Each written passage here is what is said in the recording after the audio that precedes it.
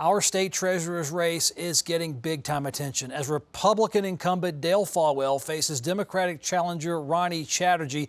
We begin our discussion with the candidates tonight with the incumbent treasurer Dale Folwell. Mr. Folwell, thanks for joining me.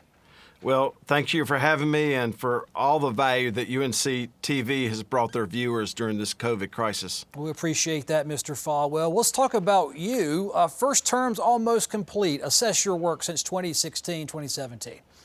Well, it's been 4 years where we under-promised and over-delivered as it relates to being the keeper of the public purse, maintaining our loyalty and duty of care to those that teach, protect, or otherwise serve, either in the pension or the state health plan.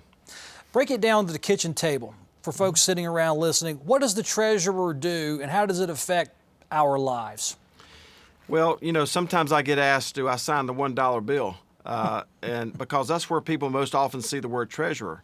I don't sign the $1 bill, but we manage the 26th largest pool of $1 bills in the entire world.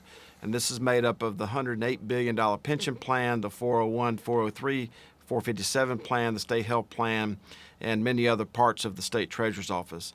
So ultimately, Kelly, we're in the check delivery business. And when you add up everything that we do at the treasurer's office, it's nearly $200 billion, and that's 8 times the size of the North Carolina budget. Let's talk about your strategy. Has it been conservative? Did you take risk? I know some of your critics say you left too much cash in the bank and didn't invest it when times were better. Your take on that, sir? Well, I'm not sure exactly what you're referring to. We have managed this plan acknowledging we don't have a crystal ball, but we don't gamble with the hardworking pension of those that teach, protect, and otherwise serve. The pension plan topped $108 billion for the first time in the state's history. It's billions above what it was valued at on St. Patrick's Day of this year. Pew Research says it's one of the strongest pension plans in the United States.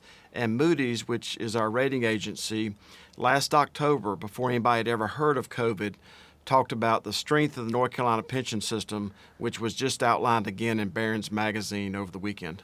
What kind of punch did the COVID-19 shutdown and all the pandemic, how strong was that punch to your office and how you do business and manage our funds?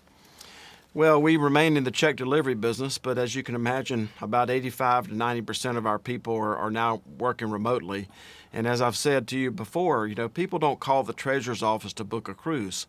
You know, they call us because they've had a life-changing event, most good, some bad. They've gotten a job, they've retired from a job, they've gotten married, they've had children, their children have aged out of the state health plan. So ultimately, we're in the check delivery business, and I'm sitting here today standing on the shoulders of all the hardworking people at the treasurer's office who exercise a loyalty and duty of care to our members.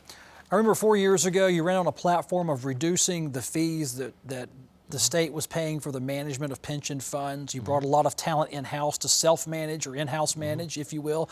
I may be oversimplifying that, but how has that process worked for you now that you've got it in place heading into the new decade? Well, it's just another example when you said brought talent in. Actually, the talent was already there.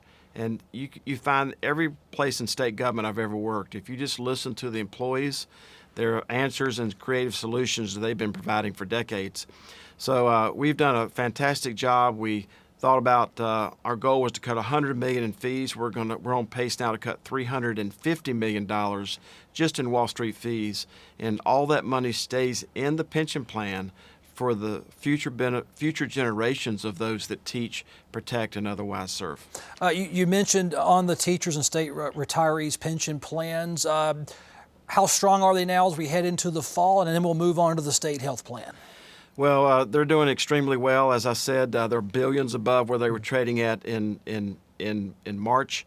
And we're paying out nearly $540 million every 30 days on behalf of those that teach, protect, and serve, not just state employees, but also the local employees who are participants in this plan. And especially for our first responders and law enforcement officers, you know, the last thing I want them worried about when they leave the house every day is the safety and security of their pension plan, and it's in fantastic shape. Grade the state health plan. You took a big stab at reform. We'll talk about that a bit just a second. But right now, as it's operating, are state employees and teachers in good shape with their health care benefits?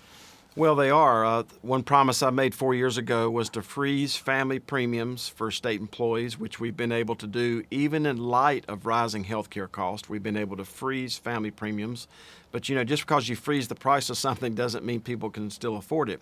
We have many beginning entry-level state employees across North Carolina who have to work 1 week out of every 4 to pay the family premium. And as the largest purchaser of health care in North Carolina, we strive every day to do it better and cheaper on their behalf, where we can ultimately lower family premiums so that we can get more younger, healthy people on the plan to offset people like myself. How difficult is it to actually lower costs? You've touted it before, but you're right, healthcare costs seem to rise all the time. Well, we just completed a fantastic negotiation, for example, for our over 65-year-old retirees. It was just announced in one of the newsletters where we're going to save over $600 million over a 3-year period of time just with our Medicare Advantage contract that we put out for bid. So, this is sort of like an ant eating a ham biscuit.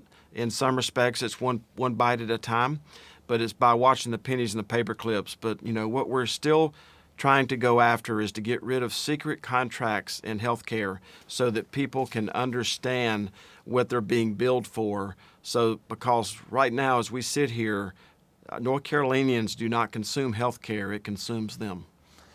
You went after it with to lower costs. It's called the Clear Pricing Project. It's not an easy program to understand or proposal, but it pitted you against the hospital industry for the most part. How do you size up that battle now, looking back and possibly heading towards a second term? Well, we're very pleased to announce that 25,000 providers of health care said yes to clear pricing.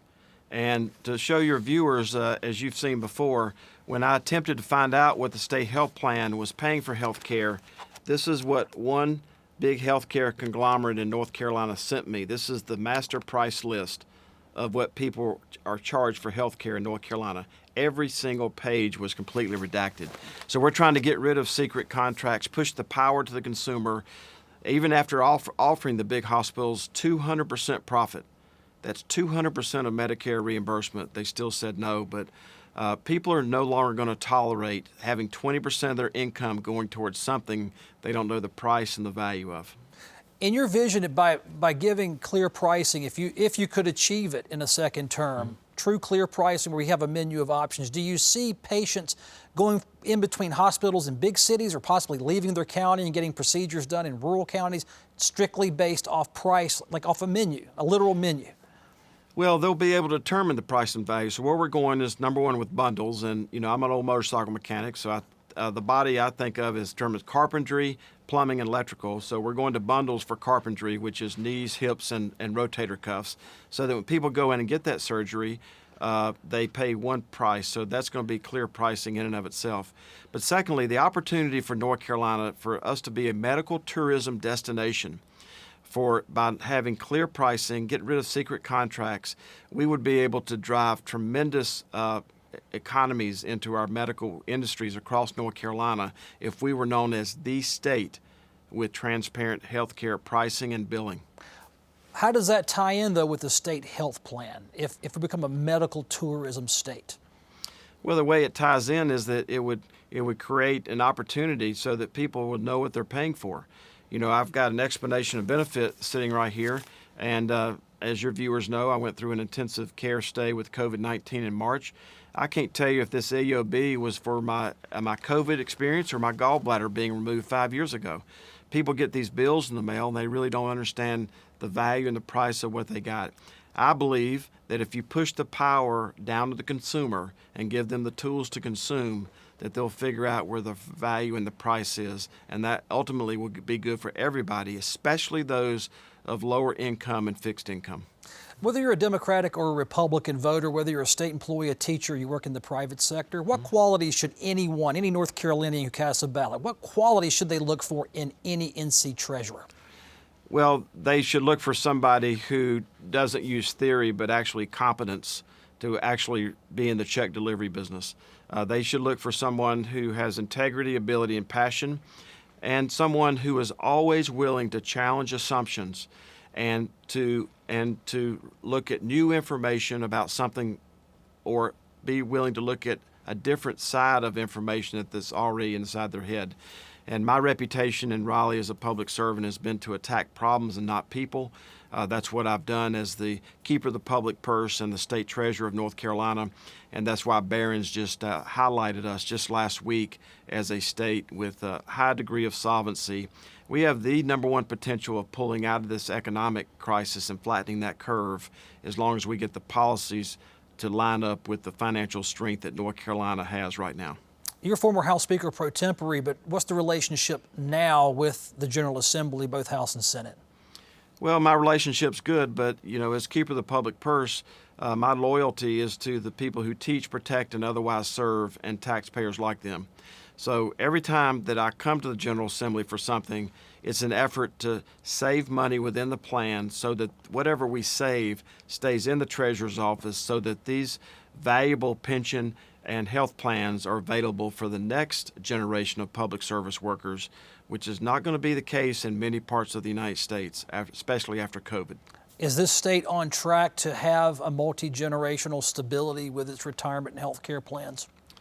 Well, I've committed as the state treasurer of North Carolina to preserve, strengthen, but also figure out how to sustain this plan for the next generation of public service workers. And I do that by partnering with folks like the State Employees Association and the Professional Educators of North Carolina and other types of groups to make sure that we're all in lockstep about really where we are going forward.